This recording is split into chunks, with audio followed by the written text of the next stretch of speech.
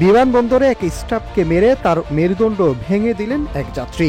অভিযোগ ওঠে ওই যাত্রী অতিরিক্ত কেবিন ব্যাগেজ নিয়ে বিতর্কের জেরে এমন ঘটনা ঘটায়। কাশ্মীর থেকে দিল্লিগামী এক সিনিয়র সেনা কর্মকর্তা বিমানবন্দরের ভিতরে স্পাইস জেটের 4 কর্মীকে মারাত্মকভাবে মারধর করেন বলে অভিযোগ দিয়েছে সংস্থাটি। গত 26শে জুলাই দিল্লিগামী একটি ফ্লাইটের চেক ইন চলাকালে এই ঘটনা ঘটে। বিমান সংস্থা স্পাইস জেট 3 আগস্ট এক বিবৃতিতে জানায় হত্যার উদ্দেশ্যে এই হামলা করা হয়।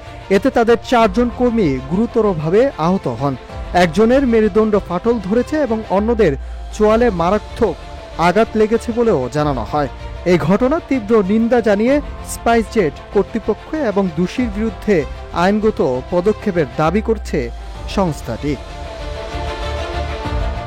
ভারতীয় গণমাধ্যম ইন্ডিয়া টুডের প্রতিবেদনে বলা হয়েছে, অভিযুক্ত সেনা কর্মকর্তার নাম lieutenant colonel Ritesh Kumar Singh.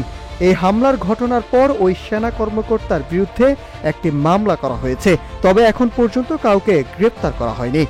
Bundle থাকলে প্রতি সেনমানিতে টাকা বাঁচবে। বিকাশ সেনমানি বান্ডেল কিনে জিতুন প্রতি লেনদেনে। স্পাইস জেটের দেওয়া তথ্য অনুযায়ী লেফটেন্যান্ট কর্নেল রিতেশের 2টি কেবিন ব্যাগের মোট ওজন ছিল 16 কেজি, যা বিমান সংস্থাটির অনুমোদিত 7 কেজি, যার অনুমোদনের দ্বিগুণও বেশি। যখন গ্রাউন্ড স্টাফরা তাকে অতিরিক্ত ব্যাগেজের কথা জানান এবং প্রযোজ্য ফি পরিশোধ করতে বলেন, তখন তিনি তা দিতে অস্বীকৃতি জানান। এক পর্যায়ে লেফটেন্যান্ট কর্নেল রিতেশ সহিংস হয়ে ওঠেন। ঘটনার একটি ভিডিও দেখা গেছে, ওই কর্মকর্তা একটি স্টিলের সাইনবোর্ডের স্ট্যান্ড দিয়ে কর্মীদের উপর হামলা করছে। স্পাইস জেট আরও জানায়, অভিযুক্ত সেনা কর্মকর্তা ফি দিতে অস্বীকৃতি জানায়।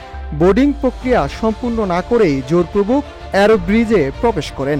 এটি বিমান চলাচল নিরাপত্তা প্রটোকলের স্পষ্ট লঙ্ঘন। সেন্ট্রাল ইন্ডাস্ট্রিয়াল সিকিউরিটি ফোর্সের একজন কর্মকর্তা যাত্রীকে গেটে ফিরিয়ে আনলে পরিস্থিতি আরও খারাপ হয়। সেনা কর্মকর্তা আরও আক্রমণ হয়ে ওঠেন এবং স্পাইস জেটের 4 জন গ্রাউন্ড স্টাফকে মারধর করেন।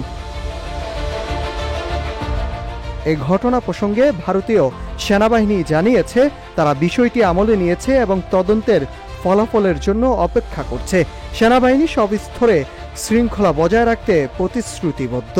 দোষী ব্যক্তির বিরুদ্ধে তদন্ত শেষে অপরাধ গণ্য হলে আইনি ব্যবস্থা গ্রহণ করা হবে। Nahid Hasan, news desk, Ittefaq.